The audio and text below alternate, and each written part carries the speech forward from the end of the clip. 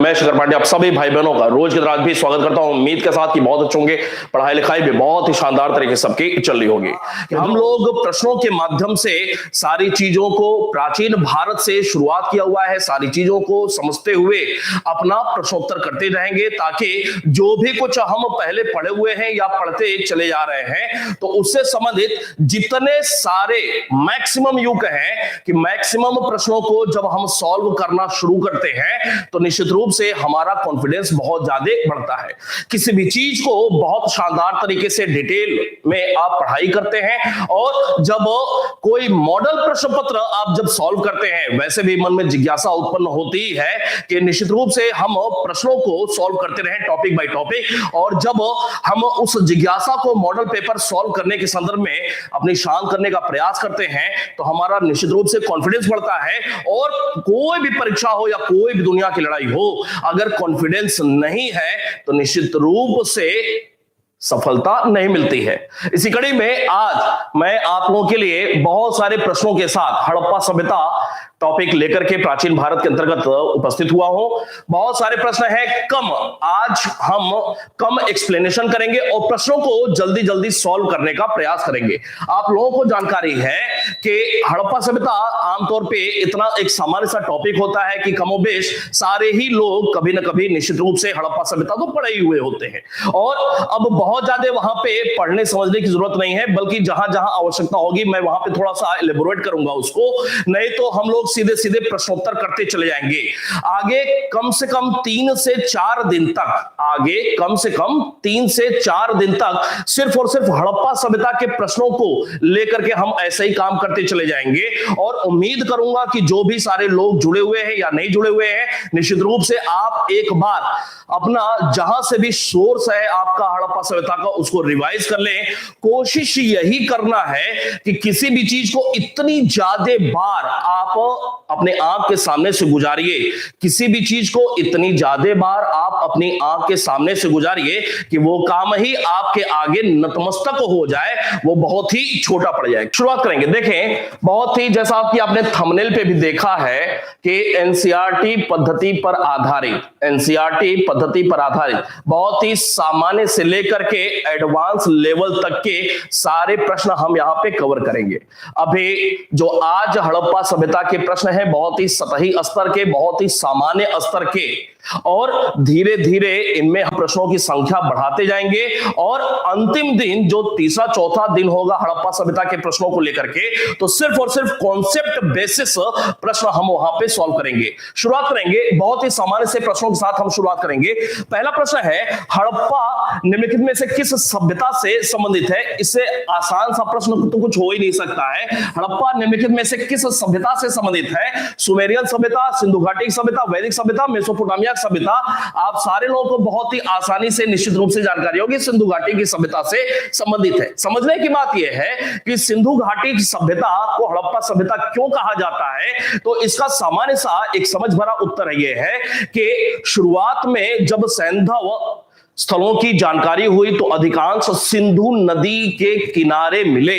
समझिएगा, सबसे पहले ये अगर सैंधव सभ्यता के नामकरण की बात किया जाए तो आपको जानकारी होनी चाहिए कि बेसिकली 3 नामों का प्रयोग किया जाता है। एक सिंधु सभ्यता, एक सिंधु घाटी की सभ्यता और एक हड़प्पा सभ्यता। तो सिंधु सभ्यता इस वजह से कहा गया क्योंकि अधिकांश शुरुआती स्थल सिंधु नदी के किनारे मिल रहे थे, इस वजह से टॉपिक का नामकरण हुआ सिंधु सभ्यता। कुछ समय के बाद बहुत सारे ऐसे स्थल जानकारी में आए जो कि सिंधु के किनारे नहीं बल्कि उनकी सहायक नदियों के भी किनारे थे। उत्तर हुआ यहां पे टॉपिक का नाम हुआ सिंधु घाटी की सभ्यता। और अब धीरे धीरे बहुत सारे उत्खनित स्थल प्रकाश में आए जो कि न सिंधु के किनारे न सिंधु की सहायक नदी किनारे बल्कि एक व्यापक क्षेत्र में फैले हुए थे। तो पुरातत्वविदों की यह ऐसी मान्यता होती है कि जो भी किसी नई सभ्यता से संबंधित जो प्रथम ज्ञात स्थल है, उस प्रथम ज्ञात स्थल अर्थात प्रथम ज्ञात स्थल कौन सा था, तो हड़प्पा था। तो प्रथम ज्ञात स्थल हड़प्पा के ही नाम पे संपूर्ण सभ्यता का नामकरण हड़प्पा सभ्यता कर दिया गया। आप लोगों को जानकारी होगी कि हड़प्पा की सर्वप्रथम जानकारी हो रही है कब? 1921 में हो रही है। और किसके नेतृत्व में यह खुदाई का काम हुआ, किसके द्वारा कराया गया? तो जॉन मार्शल के निर्देशन में, समझिएगा जॉन मार्शल के निर्देशन में दयाराम साहनी के द्वारा हड़प्पा स्थल की खुदाई का कार्य हुआ था। आगे बढ़ेंगे अगले प्रश्न पे। बहुत सारे प्रश्न हैं। सिंधु सभ्यता संबंधित है, किस समय काल से संबंधित है सिंधु सभ्यता? क्या यह प्राग ऐतिहासिक काल से संबंधित है, या आदि ऐतिहासिक काल से, या उत्तर ऐतिहासिक काल से, या ऐतिहासिक युग से? बताएंगे जरा कौन सा उत्तर होगा इसका। सिंधु सभ्यता किस काल से संबंधित है? प्राग ऐतिहासिक, आदि ऐतिहासिक, ऐतिहासिक और उत्तर ऐतिहासिक। इस प्रश्न का बहुत ही सामान्य सा उत्तर है बी उत्तर इसका बिल्कुल सही होगा। आद्य ऐतिहासिक काल। कौन सा भाई? आद्य ऐतिहासिक काल। आप लोगों को जानकारी है कि आद्य ऐतिहासिक काल किसे कहा जाता है? आद्य ऐतिहासिक काल ऐसे इतिहास के काल को कहा जाता है जिसके संबंध में हमारे पास या तो लिखित विवरण उपलब्ध नहीं है, नहीं है, या फिर यूं कह लें कि लिखित विवरण उपलब्ध है लेकिन वो अभी तक अपठनीय है। इस कारण से ऐसे कोई भी समय काल को आद्य ऐतिहासिक काल के अंतर्गत शामिल किया गया है। लिखित विवरण उपलब्ध नहीं है में आप जानते हैं कि वैदिक काल के संदर्भ में लिखित विवरण उस काल का हमें उपलब्ध नहीं, उस काल में लिखा हुआ वैदिक ग्रंथ है, उस काल की जानकारी तो देते हैं, वैदिक काल की जानकारी तो वैदिक साहित्य देते हैं, लेकिन उनकी रचना बाद में हुई है। जबकि लिखित विवरण उपलब्ध है लेकिन अपठनीय है। कौन सा? हड़प्पा सभ्यता से संबंधित लिखित विवरण उपलब्ध है, लिपि का साक्ष्य या प्रचलन यहां पे था, लेकिन हड़प्पा सभ्यता के विषय में लिपि से कोई जानकारी नहीं मिलती है, भले ही लिपि का प्रचलन वहां पे था। तो वैदिक काल और हड़प्पा सभ्यता के समय काल को आद्य ऐतिहासिक काल के अंतर्गत शामिल किया जाता है। आगे बात करेंगे तीसरे प्रश्न पे। तीसरा प्रश्न है सिंधु घाटी की सभ्यता, महत्वपूर्ण प्रश्न है। सिंधु घाटी की सभ्यता गैर आर्य थी, ऐसा क्यों था? सिंधु घाटी की सभ्यता को गैर आर्य सभ्यता क्यों कहा जाता है? चार ऑप्शन पढ़ेंगे। वह नगरीय सभ्यता थी, उसकी अपनी लिपि थी, उसकी खेतिहर अर्थव्यवस्था थी, उसका विस्तार नर्मदा घाटी तक था। कौन सा होगा भाई? जल्दी बताएंगे। सिंधु घाटी की सभ्यता गैर आर्य थी, वह नगरीय सभ्यता थी। आप लोगों को पता होगा कि भारतीय उपमहाद्वीप की प्रथम नगरीय सभ्यता या प्रथम शहरी सभ्यता के तौर पे सिंधु घाटी की सभ्यता को जाना जाता है, क्योंकि वैदिक काल में जो आर्य संस्कृति वैदिक काल यूं कह लें, वो किस प्रकार की थी? तो आर्य संस्कृति को या वैदिक काल को दो भागों में बांट करके समझा जाता है। कौन कौन सा? पूर्व वैदिक काल और उत्तर वैदिक काल। और पूर्व वैदिक काल में जहां पे अर्ध यायावर संस्कृति थी, अर्ध यायावर या चरवाहा या घुमक्कड़ प्रकार की या खानाबदोश प्रकार की, वहीं उत्तर वैदिक काल में कृषि जब पशुपालन का मुख्य पेशा हो गया, मुख्य व्यवसाय हो गया, तो इनकी संस्कृति स्थायी हुई और ये कृषि प्रधान समाज का द्योतक हो गया। लेकिन यहां पे समझने की बात यह है कि आर्य संस्कृति बेसिकली किस प्रकार की संस्कृति मानी जाती है? ग्रामीण प्रकार की संस्कृति मानी जाती है, जबकि सिंधु घाटी की सभ्यता एक नगरीय संस्कृति का द्योतक रहा है, नगरीय सभ्यता के तौर पर इसे जाना जाता है। तो सिंधु घाटी की सभ्यता गैर आर्य थी। इसका सबसे महत्वपूर्ण प्रमाण यह है कि सैंधव नगर या सिंधु घाटी सभ्यता में नगरों के अस्तित्व की जानकारी मिलती है। यह एक नगरीय सभ्यता थी। चौथा प्रश्न, सिंधु घाटी सभ्यता को आर्यों से पूर्व रखे जाने का महत्वपूर्ण कारण क्या है? ये किसी परीक्षा में प्रश्न पूछा भी गया है। सिंधु घाटी सभ्यता को आर्यों से पूर्व की रखी जाने का महत्वपूर्ण कारक क्या है? ध्यान से देखेगा और मैं आप सारे लोगों से यह अनुरोध करूंगा कि जिन प्रश्नों के उत्तर आपको नहीं पता है उन प्रश्नों को निश्चित रूप से आप कहीं लिख लीजिएगा और उन उत्तर को, जो भी आंसर्स होंगे उनको याद कर लीजिएगा सीधे सीधे। तो यहां पे सिंधु घाटी सभ्यता को आर्यों से पूर्व रखे जाने का जो सबसे महत्वपूर्ण कारण है, यहां पे ऐसा भी हो सकता है कि दो तीन कारण आपको दिखाई दे, लेकिन जो सबसे महत्वपूर्ण कारण होगा वो होगा मृदभांड। कौन सा भाई? मृदभांड, मिट्टी के बने हुए बर्तन। डी, सिंधु घाटी सभ्यता को आर्यों से पूर्व रखे जाने का जो सबसे महत्वपूर्ण कारक है वो है मृदभांड का। मृदभांड का प्रचलन। क्यों? क्योंकि वैदिक काल में आप मृदभांड संस्कृति का प्रचलन नहीं देखते हैं, हड़प्पा सभ्यता में मृदभांड संस्कृति का प्रचलन देखते हैं। किसी परीक्षा में प्रश्न आया हुआ है और उत्तर यहां पे मृदभांड को ही माना गया था। आप सीधे सीधे इस बात को याद रखेंगे। बात करेंगे पांचवें प्रश्न पे। पांचवा प्रश्न है, सिंधु घाटी संस्कृति वैदिक सभ्यता से भिन्न थी। सिंधु घाटी सभ्यता वैदिक संस्कृति से भिन्न थी। क्यों? क्योंकि इसके पास विकसित शहरी जीवन की सुविधाएं उपलब्ध थी, इसके पास चित्रलेखी लिपि थी, इसके पास लोहे और रक्षा शस्त्रों के ज्ञान का अभाव था। उपयुक्त सभी। कौन सा होगा भाई पांचवे का उत्तर? जल्दी बताएंगे। सिंधु घाटी सभ्यता वैदिक संस्कृति से भिन्न थी। क्यों? अब सिंधु घाटी सभ्यता के विषय में यहां पे बातें बताई जा रही हैं। इसके पास विकसित शहरी जीवन की सुविधाएं थी, बिल्कुल सही है।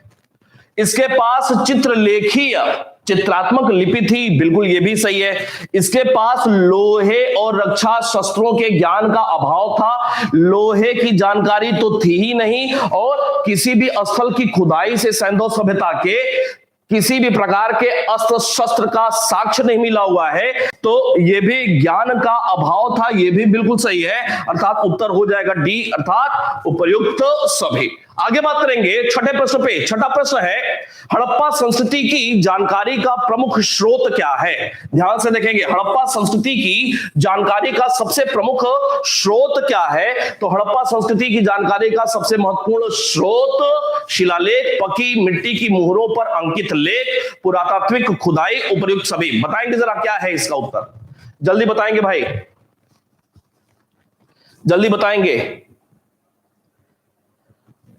छठे का उत्तर क्या होगा? सीधे सीधे इस बात को ऐसे समझ लें कि हड़प्पा सभ्यता की जानकारी का सबसे प्रमुख जो स्रोत है वो है उसकी पुरातात्विक खुदाई। पुरातात्विक खुदाई के द्वारा ही जो कुछ हमें उत्खनन से साक्ष्य प्राप्त हुए हैं, उन साक्ष्यों का ही अनुमान के आधार पे निष्कर्ष निकाल करके संपूर्ण हड़प्पा सभ्यता टॉपिक के विषय में कुछ बातें लिखी गई हैं। पुरातात्विक स्रोतों से जो हमें साक्ष्य मिले हुए हैं, उन स्रोतों के आधार पर ही संपूर्ण हड़प्पा सभ्यता के विषय में वर्तमान दृष्टिकोण से अनुमान पर आधारित सारी बातें किताबों में लिखी गई हैं। उत्तर होगा इसका सी, पुरातात्विक खुदाई। आगे बात करेंगे सातवां प्रश्न, भारत में चांदी की उपलब्धता के प्राचीनतम साक्ष्य कब के मिले हुए हैं? भारत में चांदी की उपलब्धता के प्राचीनतम साक्ष्य कब के मिले हुए हैं? उत्तर देखेंगे, हड़प्पा संस्कृति में, पश्चिम भारत की ताम्रपाषाण संस्कृति में, वैदिक संहिताओं में, चांदी के आहत सिक्कों में। प्राचीनतम पूछ रहा है कि प्राचीनतम साक्ष्य चांदी के संदर्भ में कब का देखने को मिलता है? तो हड़प्पा सभ्यता के लोगों को चांदी की जानकारी थी। चांदी को लेकर के कुछ महत्वपूर्ण बातें हैं, देखेंगे जरा। हड़प्पा सभ्यता के लोगों को चांदी की जानकारी थी। वैसे इस प्रश्न का उत्तर हो रहा है ए। फिर समझिएगा, हड़प्पा सभ्यता के बाद जो ऋग्वैदिक काल आ रहा है, तो ऋग्वैदिक काल के लोगों को चांदी की जानकारी नहीं थी, क्योंकि ऋग्वैदिक काल की जानकारी का हमारे पास जो स्रोत है वो है ऋग्वेद, और ऋग्वेद में चांदी के संदर्भ में कोई बात नहीं है। जबकि उत्तर वैदिक काल की अगर बात किया जाए तो उत्तर वैदिक काल में अथर्ववेद उत्तर वैदिक काल की जानकारी प्रस्तुत करता है, और अथर्ववेद में, अर्थात उत्तर वैदिक काल में चांदी की जानकारी मिलती है। अथर्ववेद में चांदी के लिए रई शब्द का प्रयोग हुआ है। उत्तर वैदिक काल में लोगों को चांदी की जानकारी थी, लेकिन पूर्व वैदिक काल अर्थात ऋग्वैदिक काल में चांदी की जानकारी नहीं थी, और उसके पहले हड़प्पा सभ्यता में भी लोगों को चांदी की जानकारी थी। आगे बात करेंगे, आठवां प्रश्न, हड़प्पा में मिट्टी के बर्तनों पर, बहुत ही महत्वपूर्ण लेकिन बहुत ही आसान सा, हड़प्पा सभ्यता में मिट्टी के बर्तनों पर सामान्यतः किस रंग का उपयोग हुआ था? बताएंगे, कॉमन सेंस लगाएं, सोचे और बताएं। हड़प्पा सभ्यता में मिट्टी के बर्तनों पर सामान्यतः किस रंग का उपयोग हुआ था? लाल, नीला, हरा, पांडुरंग, पीला अर्थात और नीला। जल्दी बताएंगे कौन सा होगा था? बिल्कुल सही भाई, ए, बहुत बढ़िया। हड़प्पा सभ्यता में मिट्टी के बर्तनों पर सामान्यतः जिस रंग का प्रयोग हुआ है वो है लाल रंग। कौन सा भाई? लाल रंग, याद रखेंगे, लाल रंग का प्रयोग हुआ है। आगे बात करेंगे 9वें प्रश्न पे। 9वां प्रश्न है, मूर्ति पूजा का आरंभ कब से माना जाता है? मूर्ति पूजा का आरंभ कब से माना जाता है? तो मूर्ति पूजा के संदर्भ में आपको पता है कि हड़प्पा सभ्यता में पूजा पद्धति की लोगों को जानकारी थी। जहां स्नानागार का प्रयोग पूजा के संदर्भ में किया जाता था, वहीं पशुपति शिव के भी मोहर संबंधी साक्ष्य मिले हुए हैं, मातृ देवी संबंधी साक्ष्य मिले हुए हैं। अर्थात मूर्ति पूजा का आरंभ जो हो रहा है वो हड़प्पा सभ्यता से ही आरंभ हो जाता है। और पूर्व आर्य, अर्थात पूर्व आर्य कहने का मतलब है हड़प्पा सभ्यता के समय काल से ही भारत में मूर्ति पूजा का आरंभ हो चुका था। उत्तर होगा बिल्कुल सही, ए। बात करेंगे 10वें प्रश्न पे। 10वां प्रश्न है, निम्नलिखित पशुओं में से किस एक का हड़प्पा संस्कृति में पाई गई मोहरों और टेराकोटा कलाकृतियों में निरूपण नहीं हुआ था? ध्यान से पढ़ेंगे, निम्नलिखित 4 पशुओं में से किस एक का हड़प्पा सभ्यता में पाई गई मोहरों और टेराकोटा अर्थात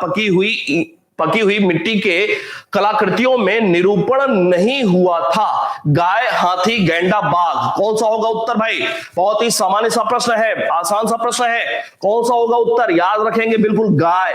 गाय का ऐसा कोई भी कलाकृतियों में निरूपण नहीं हुआ है। बात करेंगे 11वें प्रश्न पे, सब कुछ गुजरता चला जाए। एक जूते हुए खेत की खोज की गई थी, कहां पे की गई थी? एक जूते हुए खोज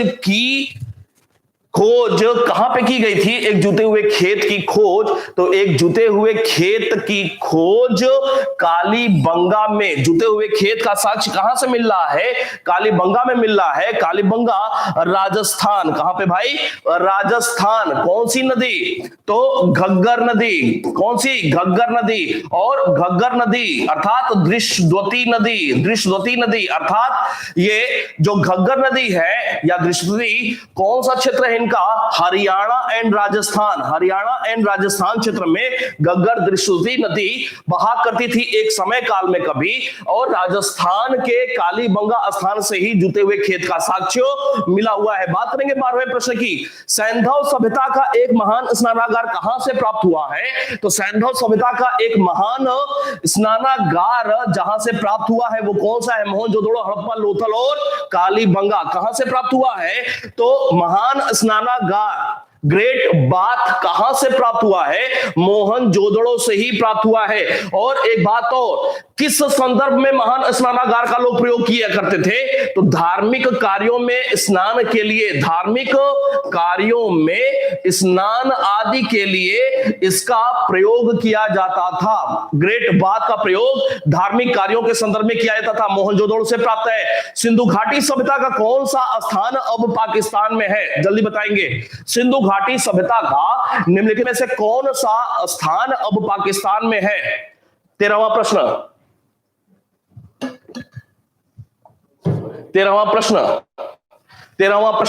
तो सिंधु घाटी सभ्यता का कौन सा स्थान अब पाकिस्तान में है? तो आपको पता है हड़प्पा जो स्थल है वो वर्तमान पाकिस्तान के पंजाब प्रांत में है। कहां पे? पंजाब प्रांत में है। कौन सी नदी के किनारे? रावी नदी के किनारे। यह प्रथम ज्ञात सैंधव स्थल था। निश्चित रूप से आपको यह जानकारी होगी। आगे बात करेंगे 14वें प्रश्न पे। 14वां प्रश्न है, रंगपुर जहां हड़प्पा की समकालीन सभ्यता थी है कहां पे है? अर्थात रंगपुर का संबंध हड़प्पा सभ्यता से और रंगपुर का लोकेशन कहां पे है बताएंगे जरा। रंगपुर कहां स्थित था? रंगपुर 14वां प्रश्न, रंगपुर क्या पंजाब में? नहीं भाई, पंजाब में नहीं, पूर्वी उत्तर प्रदेश में भी नहीं, राजस्थान में भी नहीं। कहां पे? सौराष्ट्र में। कहां पे भाई? सौराष्ट्र में। सौराष्ट्र अर्थात गुजरात का एरिया। गुजरात में रंगपुर अर्थात सौराष्ट्र क्षेत्र में। बहुत बढ़िया। आगे बात करेंगे 15वें प्रश्न पे। 15वां प्रश्न है, सिंधु सभ्यता का कौन सा स्थान भारत में स्थित है? जल्दी बताएंगे। कौन सा स्थान सैंधव सभ्यता से संबंधित भारत में स्थित है?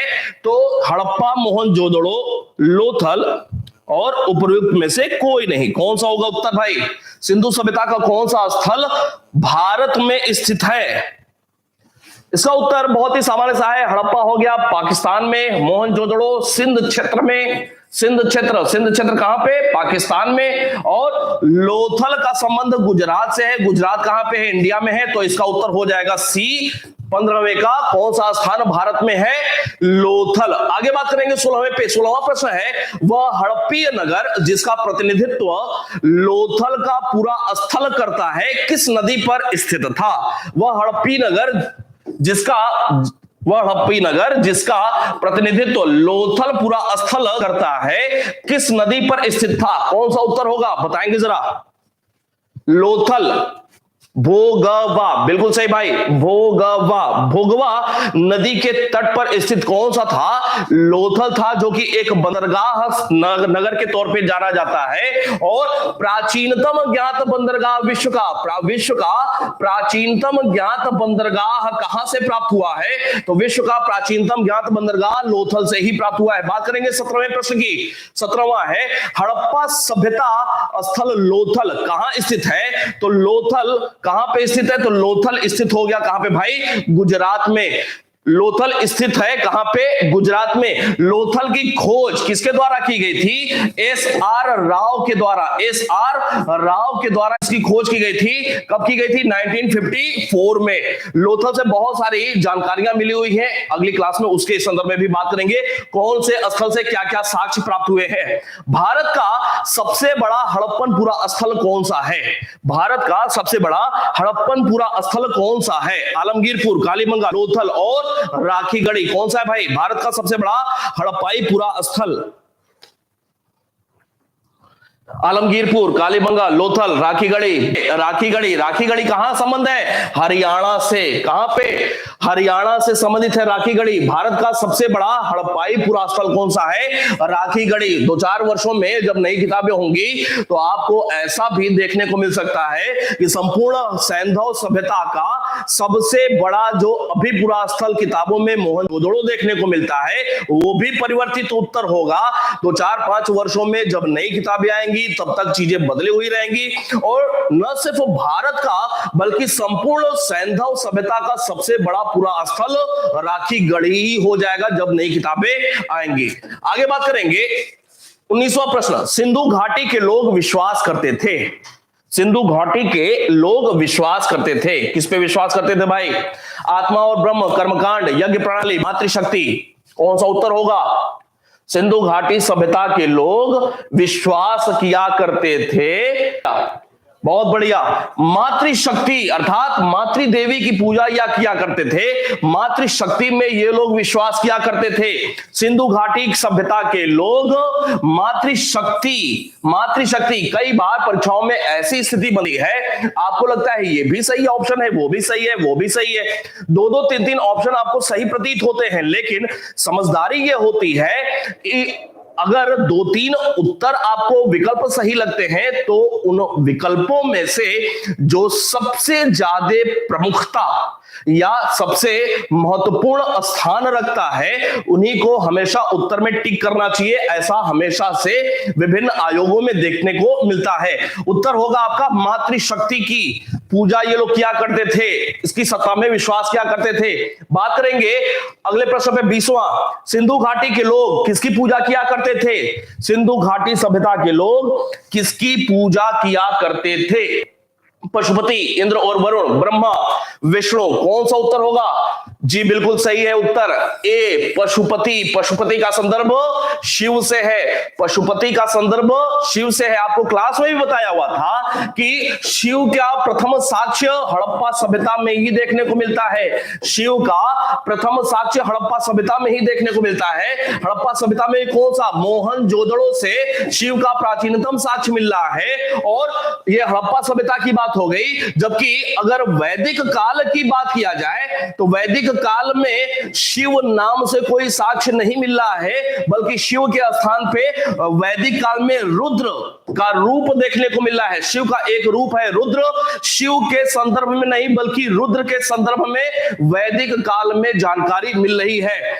आगे बात करेंगे 21वें प्रश्न की। 21वां प्रश्न है, मोहनजोदड़ो और हड़प्पा की पुरातात्विक खुदाई के प्रभारी कौन थे? बताएंगे जरा। मोहनजोदड़ो तथा हड़प्पा की पुरातात्विक खुदाई के प्रभारी कौन थे? Macaulay, Marshall, Clive, Tod.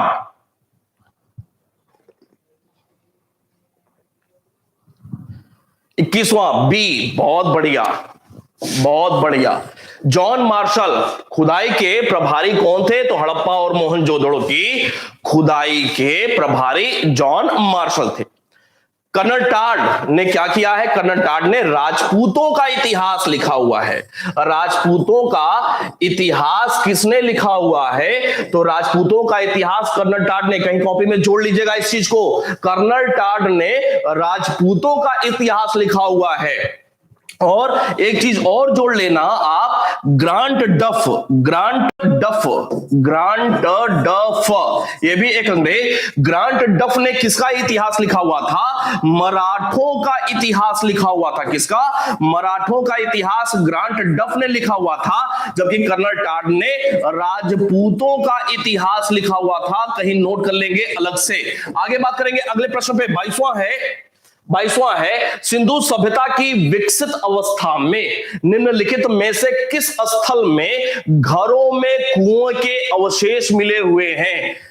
घरों में कुएं के अवशेष मिले हुए हैं। हड़प्पा, कालीबंगा, लोथल और मोहनजोदड़ो। कौन सा उत्तर होगा भाई?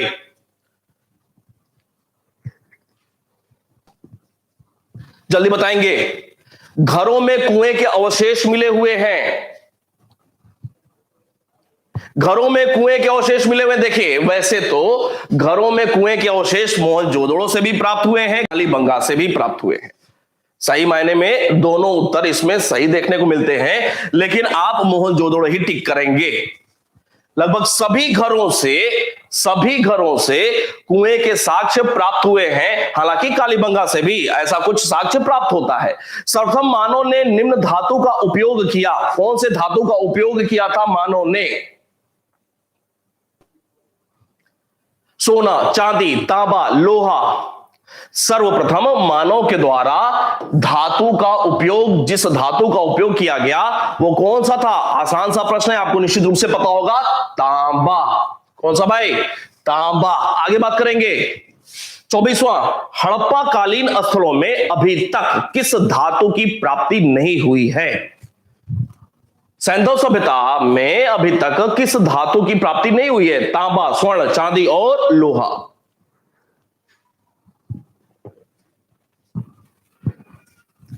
तांबा की प्राप्ति हुई है, स्वर्ण की प्राप्ति हुई है, चांदी की प्राप्ति हुई है, लोहा की प्राप्ति नहीं हुई है।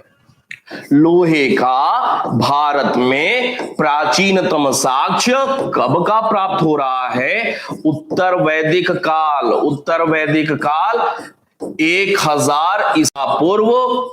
कहां से? अतिरंजी खेड़ा। कहां से भाई? अतिरंजी खेड़ा।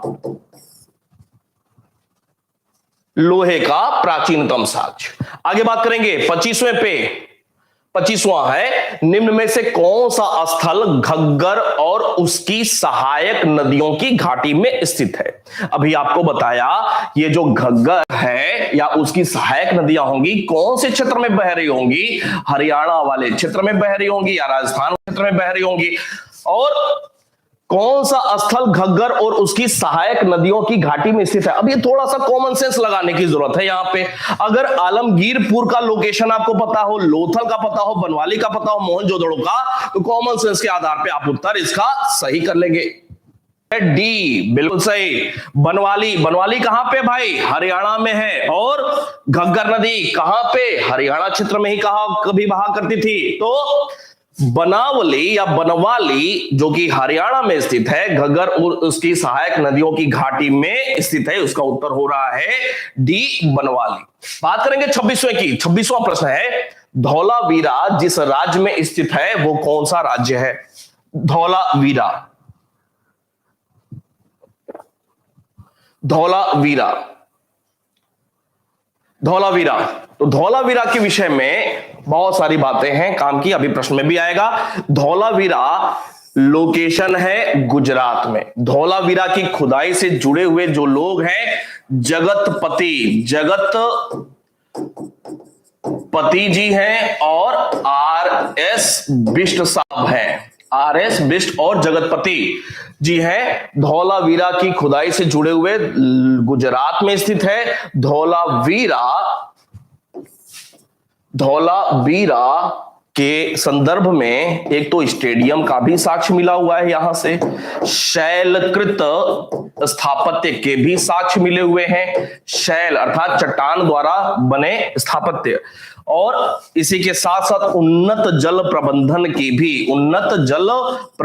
की भी जानकारी मिलती है यहां से। सबसे बड़ी लिखावट का साक्ष्य सैंधव सभ्यता में कहां से मिल रहा है? तो सबसे बड़े सैंधव लिपि का साक्ष्य धौलावीरा से ही प्राप्त हो रहा है। उत्तर होगा इसका ए, 26वें का, धौलावीरा गुजरात में। हड़प्पन संस्कृति के संदर्भ में शैलकृत स्थापत्य के प्रमाण कहां से प्राप्त हुए हैं? तो शैलकृत स्थापत्य के प्रमाण धौलावीरा से ही प्राप्त हुए हैं। कहां से? धौलावीरा से। बात करेंगे 28वें प्रश्न पे, 28वें प्रश्न पे, एक उन्नत जल प्रबंधन व्यवस्था का साक्ष्य कहां से प्राप्त हुआ है? एक उन्नत जल प्रबंधन व्यवस्था का साक्ष्य धौलावीरा से ही प्राप्त हुआ है। कहां से भाई? धौलावीरा का। और धौलावीरा को लेकर के दो जो सबसे महत्वपूर्ण प्रश्न बनते हैं वो यही बनते हैं, उन्नत जल प्रबंधन का साक्ष्य कहां से? धौलावीरा से। सबसे बड़ी सैंधव लिपि का साक्ष्य कहां से मिल रहा है? धौलावीरा से। और तीसरा महत्वपूर्ण प्रश्न बनता है कि धौलावीरा एकमात्र ऐसा सैंधव स्थल है जो 3 भाग में बटा हुआ था। आमतौर पे सैंधव स्थल 2 भागों में बटे होते थे, पश्चिम में गढ़ी क्षेत्र और निचला शहर या आवासीय स्थल पूर्व में, जबकि धौलावीरा एकमात्र ऐसा स्थल जो कि 3 भाग में बटा हुआ सैंधव स्थल था। बात करेंगे 29वें प्रश्न की। हड़प्पाई स्थल सनौली के अभी हाल में उत्खननों से प्राप्त हुआ है। क्या चीज प्राप्त हुआ है? सनौली से। सनौली पंजाब, हड़प्पा एक स्थल है सनौली, वहां पे अभी कुछ वर्षों पहले उत्खनन कार्य हुआ और वहां से किस चीज की जानकारी मिली है? मानव समाधान की, पशुओं के समाधान की, रक्षा दीवार की, आवासीय भवन की। बताया है भाई। कौन सा उत्तर होगा इसका? 29 का। के किसके भाई? मानव समाधान के साक्ष्य मिले हुए हैं। कहां से? सनौली से। मानव समाधान याद कर ले अगर याद नहीं है तो, क्लास में मैंने बताया है वैसे बैच में भाई। वस्त्रों के लिए कपास की खेती का आरंभ सबसे पहले किया गया, किसके द्वारा किया गया? वस्त्रों के लिए कपास की खेती का आरंभ सबसे पहले भारत में किया गया। भारत में हड़प्पा सभ्यता के लोगों द्वारा किया गया।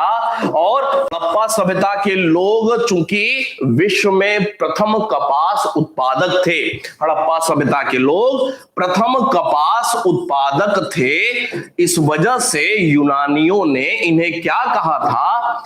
हड़प्पा सभ्यता के लिए सिंडन शब्द का प्रयोग किया हुआ था। किसका? सिंडन शब्द का प्रयोग किया था यूनानियों ने हड़प्पा सभ्यता के लिए। तो हड़प्पा सभ्यता के लिए सिंडन शब्द का भी प्रयोग हुआ है। किस संदर्भ में? ये हड़प्पा सभ्यता के लोग विश्व में प्रथम कपास उत्पादक थे, इस वजह से। बात करेंगे 31वें प्रश्न की। निम्न स्थानों में से किस एक स्थान पर सिंधु घाटी सभ्यता से संबद्ध विख्यात वृषभ मुद्रा प्राप्त हुई है? जल्दी बताएंगे। वृषभ मुद्रा कहां से प्राप्त हुई है? हड़प्पा, चन्हुदड़ो, लोथल, मोहनजोदड़ो। वृषभ मुद्रा जल्दी बताएंगे। उत्तर है इसका मोहनजोदड़ो। मोहनजोदड़ो, डी बिल्कुल सही है। किस एक स्थान से वृषभ मुद्रा प्राप्त हुई है? डी मोहनजोदड़ो से। मैं फिर बता रहा हूं कि मौका मिल रहा है, आपने जो भी हड़प्पा सभ्यता को लेकर के तैयारी किया हुआ है, ये जो रोज ये क्लास हो रही है ना प्रश्नोत्तर के माध्यम से, आप चाहें तो रोज आधे घंटे का समय देंगे, रोज हड़प्पा सभ्यता आधे घंटे में पूरा का पूरा रिवाइज कर सकते हैं। अगले 4 दिन तक हम लोग हड़प्पा सभ्यता पे ही ऐसे प्रश्नोत्तर करेंगे, आसान से लेकर के कठिन की ओर बढ़ते जाएंगे। अब आप समझिए कि इतना शानदार अवसर मिल रहा है, आप जो भी लोग देख रहे हैं, आप लोग अगर 4 दिन हड़प्पा सभ्यता आधे आधे घंटे रिवाइज कर लेंगे तो क्या आपसे ज्यादा अच्छा किसी का हड़प्पा सभ्यता होगा?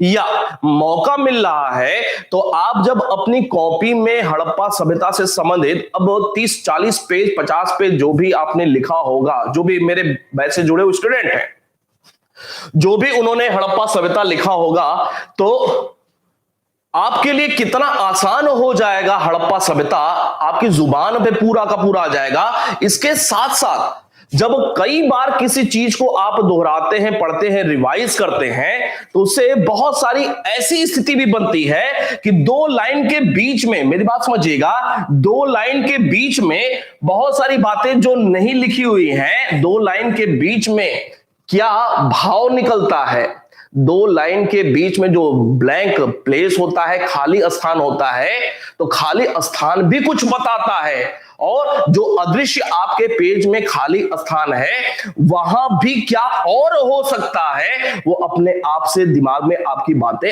आने लगती हैं।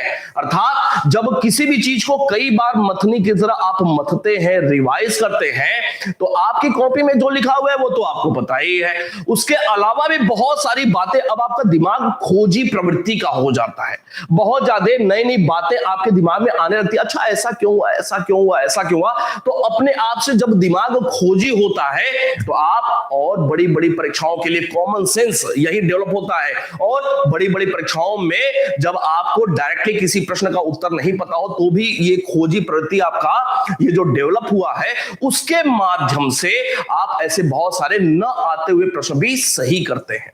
चले बात करेंगे अगले प्रश्न पे। अगला प्रश्न है 32वां, निम्नलिखित में से किस पशु का अंकन हड़प्पा संस्कृति की मोहरों पर नहीं मिलता है?